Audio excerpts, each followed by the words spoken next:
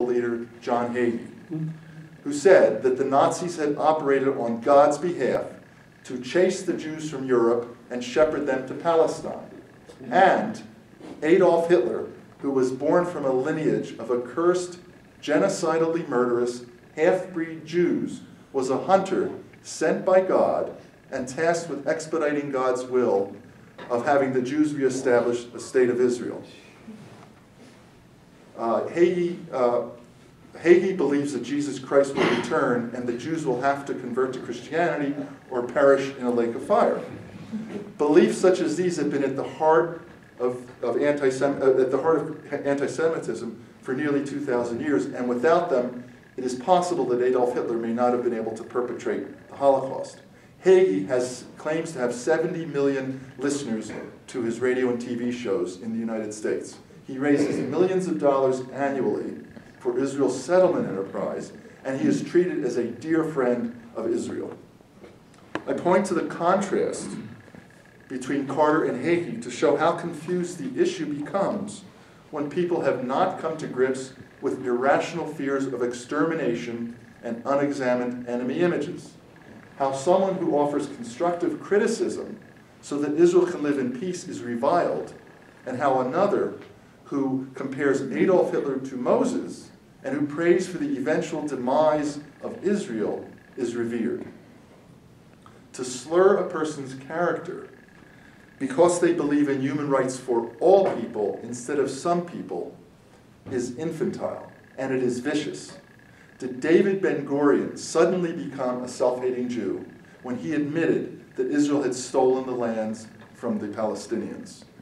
Was Ehud Olmert guilty of self-hatred when he admitted that Jewish settlers in Hebron were conducting pogroms against Palestinians? So where is the hatred? The hatred is in the minds of those who are afraid to ask why someone is critical of Israel. Rather than doing honest research to refute or confirm the criticism, the hater panders to his feelings of fear, confusion, and anger, all of which are animated by unexamined beliefs and images within his own mind. This mind colors his perception so that he sees the world in terms of personal victimhood versus the world's hostility. Because he is unconscious of this deeper thought process, he can only project his perception onto the world and then assume that the world he sees proves the reality of his perception. Creating his own suffering, he narcissistically scapegoats and blames the world, in this case Palestinians and their sympathizers, for his suffering. This thought process, which is triggered through denial, attributes to Palestinians and their sympathizers the hater's own hatred. In other words, the hater makes the other responsible for and the repository of his unresolved pain. He objectifies the other and rejects his humanity.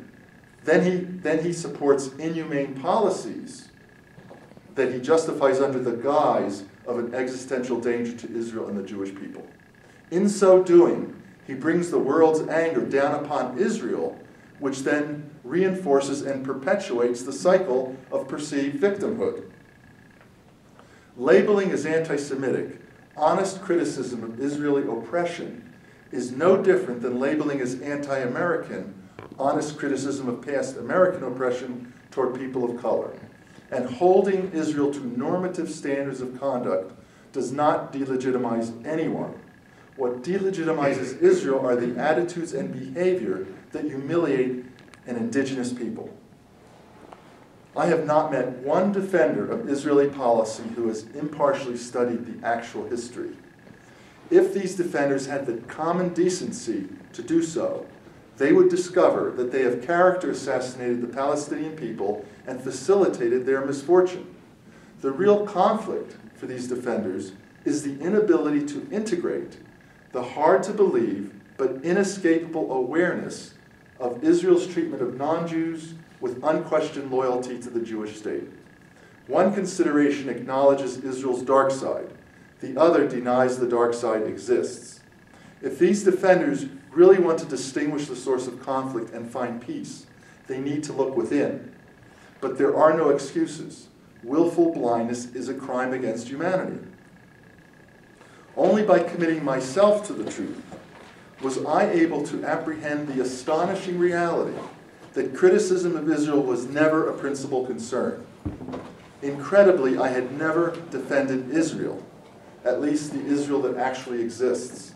I had always defended an idealistic image of Israel that was projected or superimposed upon the Israel that actually exists. This projection enabled me to repress or deny painful revelations that I would have learned about Israel and about myself if only I had looked without the errant influence of an unexamined mind. Denial and projection go hand in hand.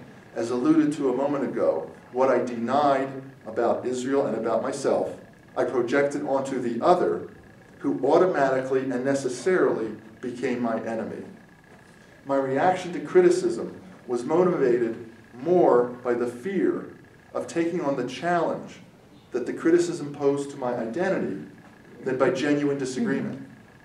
For a split second, however, this challenge reflected the prejudice that induced me to deny the humanity of the other. And in order to avoid my own encounter with my own lack of humanity, I ignored documented evidence, thereby consenting to the subjugation of millions.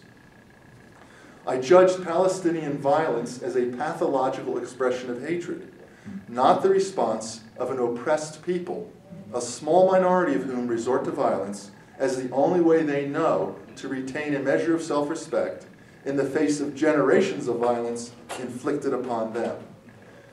Thus, the rationale I used to justify Israel's actions was security.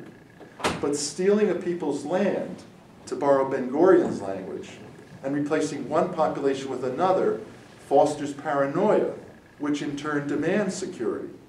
Then, in order to maintain this inhumane circumstance, repression is required.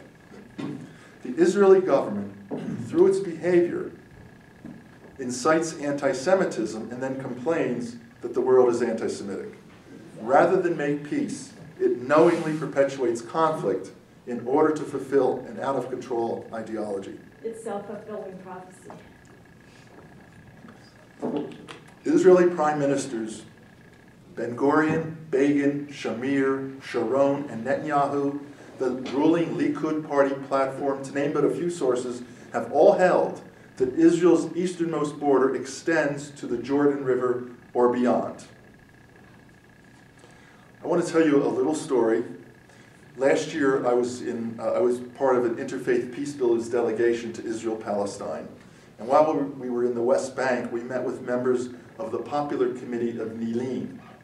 For about 4 years, the village of Nilim, through weekly demonstrations, has non-violently resisted Israel's confiscation of their land for the separation barrier. After the meeting, I took a walk with Mohammed Amira, one of the members of the committee.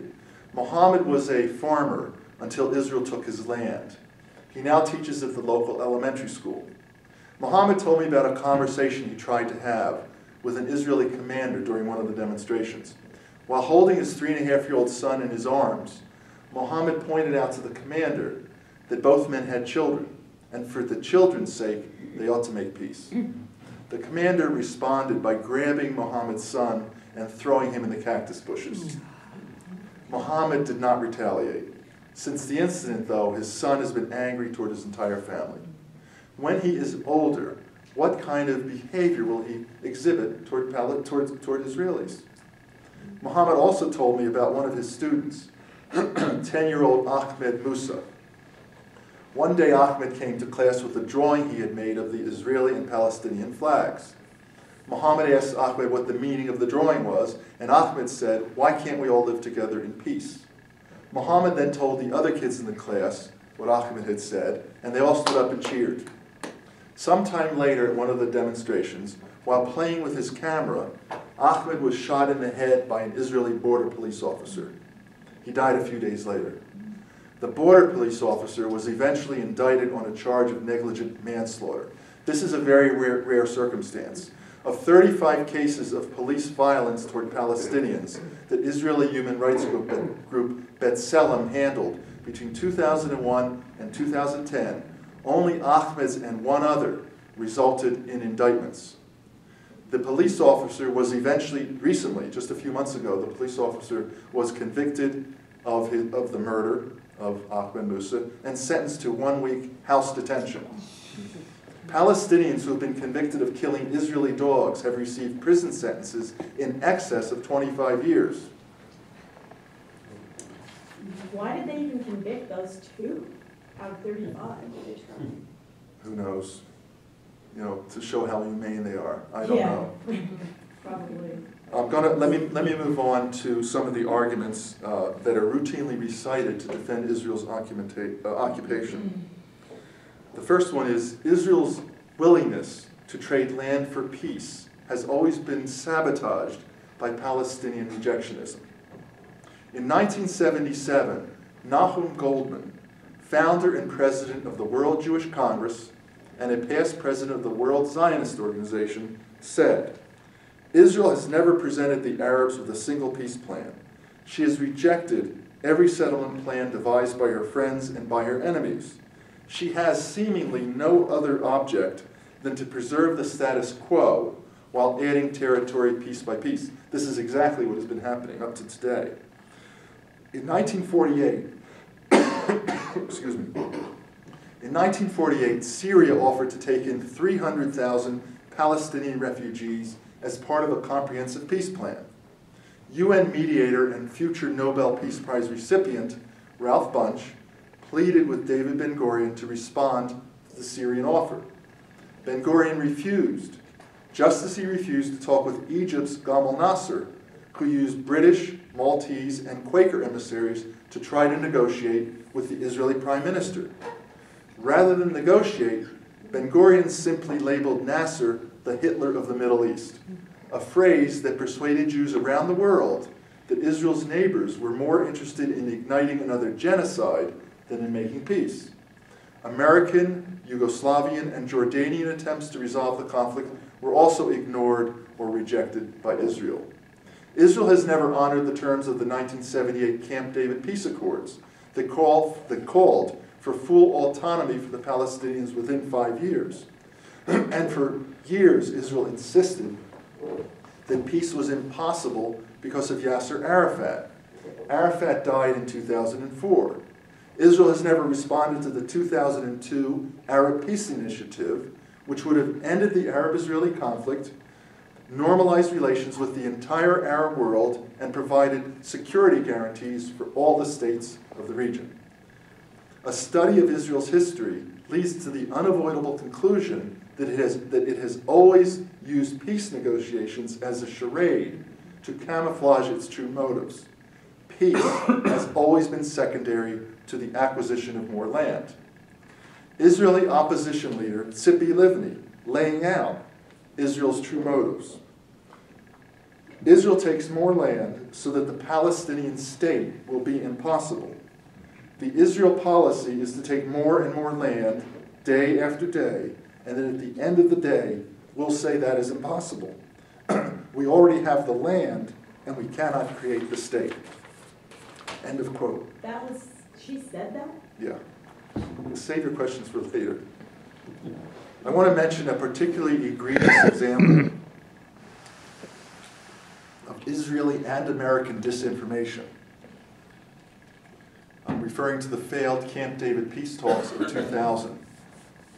Just days after the talks broke down, I watched a television interview with Chief U.S. Negotiator Dennis Ross, in which he said that Israeli Prime Minister Ehud Barak had made an unprecedented offer to the Palestinians of 94 to 96% of the West Bank and all of Gaza. Ross said that Yasser Arafat's advisors had urged him to take the deal, but that Arafat had refused. Barak's generosity and Arafat's refusal reaffirmed for me that Israel had always done its utmost to accommodate an incorrigible people.